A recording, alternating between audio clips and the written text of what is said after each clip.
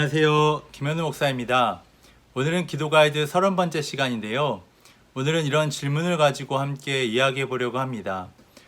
과학 법칙이 지배하는 우주를 살아가는 우리는 어떻게 기도해야 할까요?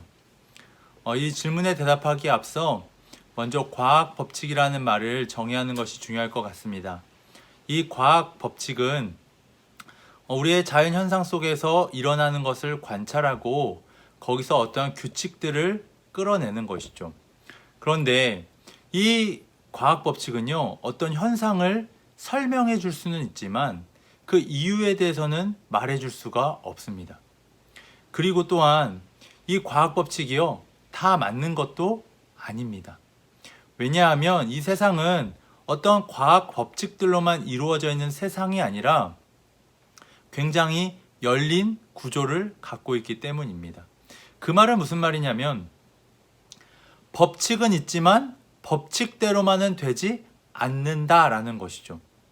어떠한 과학 법칙도요, 어떠한 환경과 상황에 처하게 되면 달라질 수 있다라는 것입니다. 그러니까 이것을 조금 어렵게 말하자면 필연성과 우연성이 상호작용을 하는 세상 속에서 우리는 살아가고 있는데요. 필연성이라는 것은 반드시 그렇게 되어야 하는 것입니다. 우연성이라는 건요, 반드시 그렇게 되지 않아도 되는 겁니다. 그냥 간단하게 예를 들어서요, 저희가 길을 가다가 넘어지면 어떻게 될까요? 다치게 됩니다. 근데 보통은 그렇죠. 그런데 어쩌다가 넘어졌는데 다치지 않을 때도 있습니다.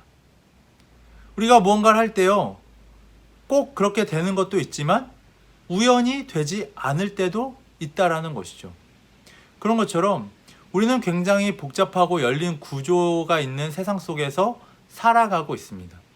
이러한 가운데 우리가 기도를 한다라는 것은요, 어떠한 법칙보다, 그리고 이 세상은 그냥 아무렇게나 운행되어지는 것이 아니라 이 세계를 운행해 나가시는 분이 있다라는 것을 고백하는 자리, 또한 고백하는 행위가 바로 기도입니다.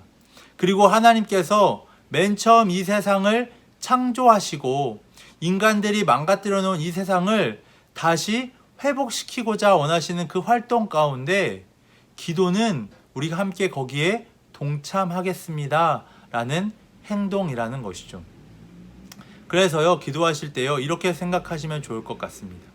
하나님께서는요, 법칙을 위에서 어떤 법칙을 몇 가지 주시고 그 법칙대로 이 세상을 운행해 나가시는 것이 아니라요, 우리와 함께 이 법칙을 만들어 가시면서 운행하시는 것이죠. 그러니 기도한다라는 것은요, 그 하나님의 뜻을 발견하고 하나님의 일하심 가운데 우리가 동참할 수 있는 것입니다. 하나님은 기도함으로써 우리가 그 자리에 함께 동참하길 원하시고 그 기쁨을 함께 누리게 하시길 위하여 우리에게 기도하게 하시는 겁니다.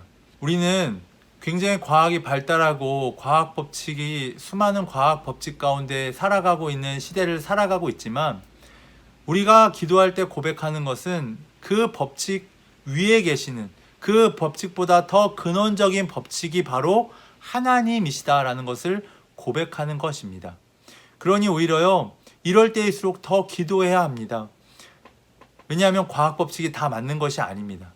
그것만으로도 되어지지 않습니다. 그것 너머의 세계가 있다는 것을 우리는 인정하고 그 너머에 계시는 하나님을 바라보며 우리는 이 시대를 살아가야 될 줄 믿습니다.